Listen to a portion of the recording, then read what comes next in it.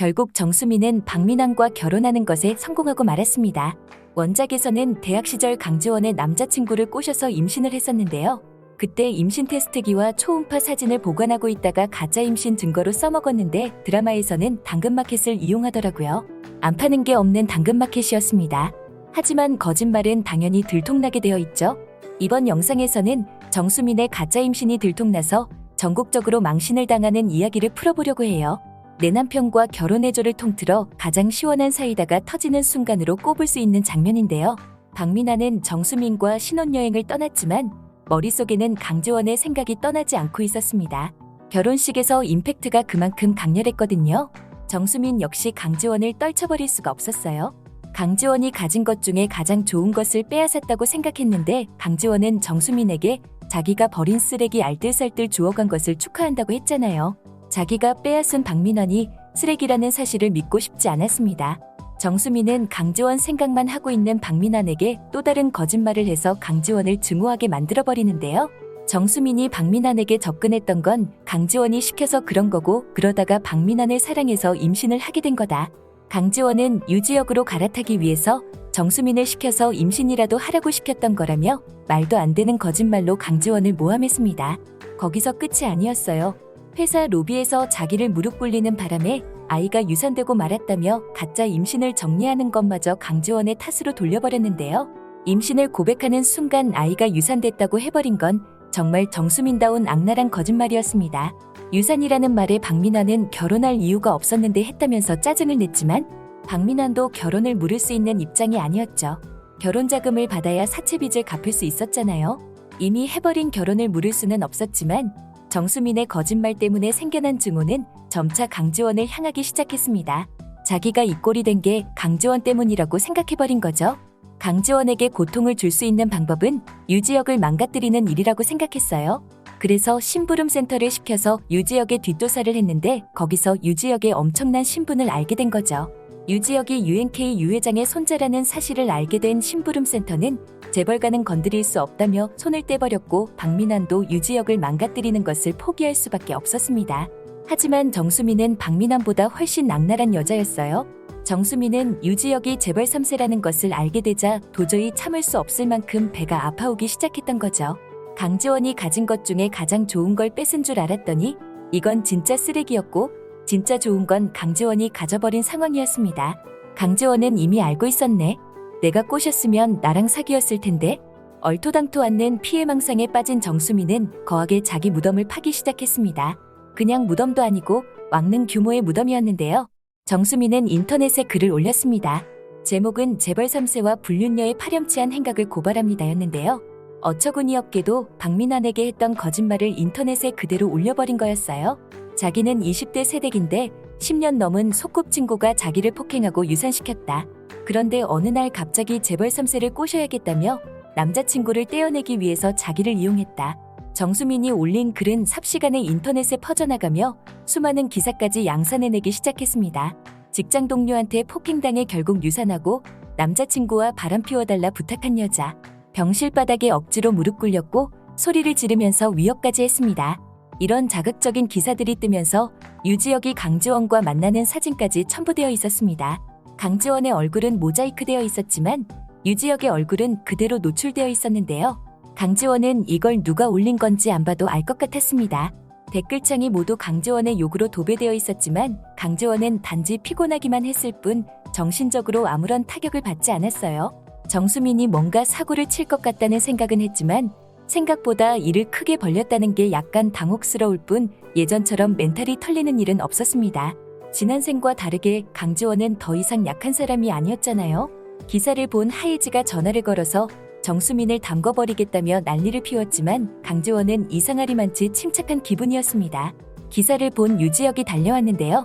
유지역은 자기 집안 때문에 이런 일이 벌어졌다면서 미안해했지만 강지원은 유지역 잘못이 아니라면서 유지역을 감쌌습니다.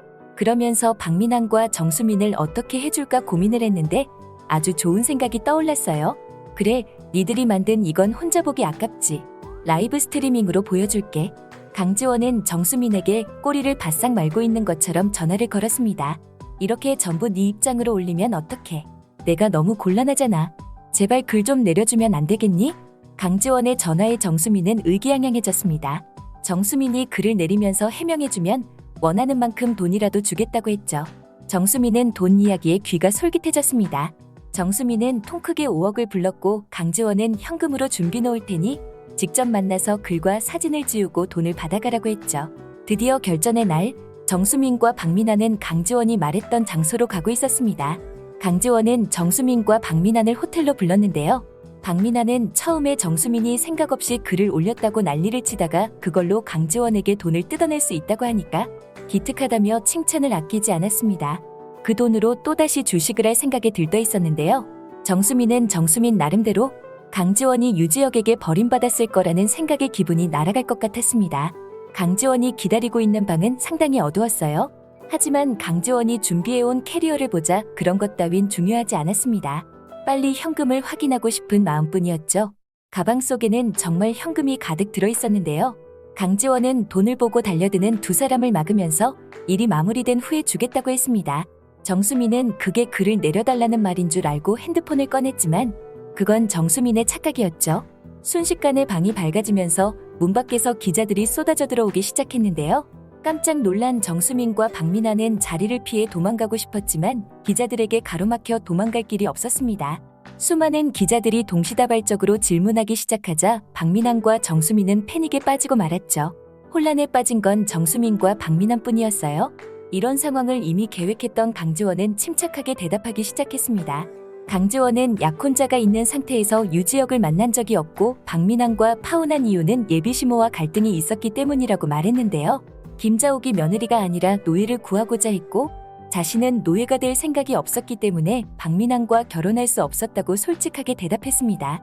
기자들은 박민아과 만나면서 유지혁을 동시에 만나지 않았느냐고 질문했지만 파혼 이전에는 결코 그런 사실이 없다고 단호하게 말했습니다.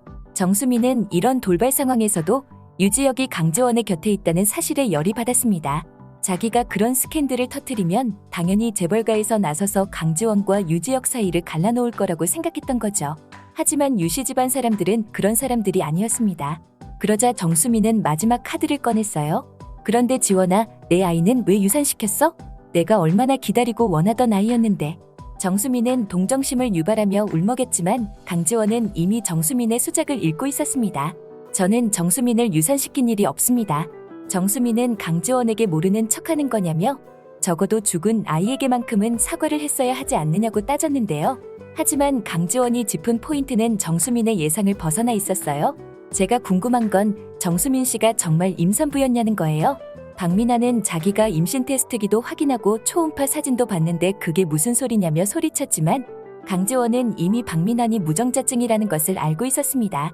가짜 임신이라는 것을 증명하기 위해 강지원은 정수민에게 진료받은 산부인과를 물었고 정수민은 설마 그걸 전화해보겠냐는 생각에 미리 준비했던 산부인과 이름을 댔죠. 그러자 강지원은 지체 없이 의사 이름을 물어봤는데요. 정수민은 의사 이름까지는 준비해오지 않았습니다. 그래서 임신해서 자꾸 깜빡한다고 하면서 얼버무리려고 했는데 강지원이 기자들에게 전화번호를 물어서 산부인과에 전화를 해버렸죠. 산부인과에서는 정수민이라는 산모는 내원한 적이 없으며 임신을 확인받은 사실 자체가 없다는 것을 확인해줬습니다. 정수민의 글은 모든 것이 정수민의 거짓말이라는 것이 밝혀졌고 정수민은 기자들의 쏟아지는 질문 속에서 도망치려고 했지만 그런 정수민이 마주한 건 경멸의 눈초리로 자기를 바라보는 박민아의 모습이었습니다. 박민아는 임신한 적도 없으면서 자기랑 결혼하기 위해 사기를 쳤던 정수민을 마치 쓰레기 보듯이 쳐다보고 있었어요. 그래도 정수민이 기댈 곳은 박민아밖에 없었습니다. 도망치듯 기자회견장을 빠져나가는 박민아의 뒤를 정수민이 헐레벌떡 쫓아갔는데요. 유지혁은 인터넷에 퍼진 정수민의 글과 기사 내용은 전부 거짓인 걸로 확인되었으며 이번 사건에 대해서 추후 법적 조치 및 중징계로 처리하겠다고 자리를 정리했습니다. 이번 일로 박민아도 UNK에서 쫓겨나게 되고 정수민의 가짜 임신이 밝혀지면서 시집살이는 한층 더 혹독해질 일만 남은 것 같았죠. 하지만 여기에도 반전이 있었습니다. 김자옥이 아주 지독한 시모였지만 정수민 역시 만만치 않은 악녀였잖아요. 여기에 대한 이야기는 다음에 또 이어서 풀어볼게요. 여기까지 소심한 리뷰였고요. 혹시 실례가 안 된다면 구독해주시면 안 될까요?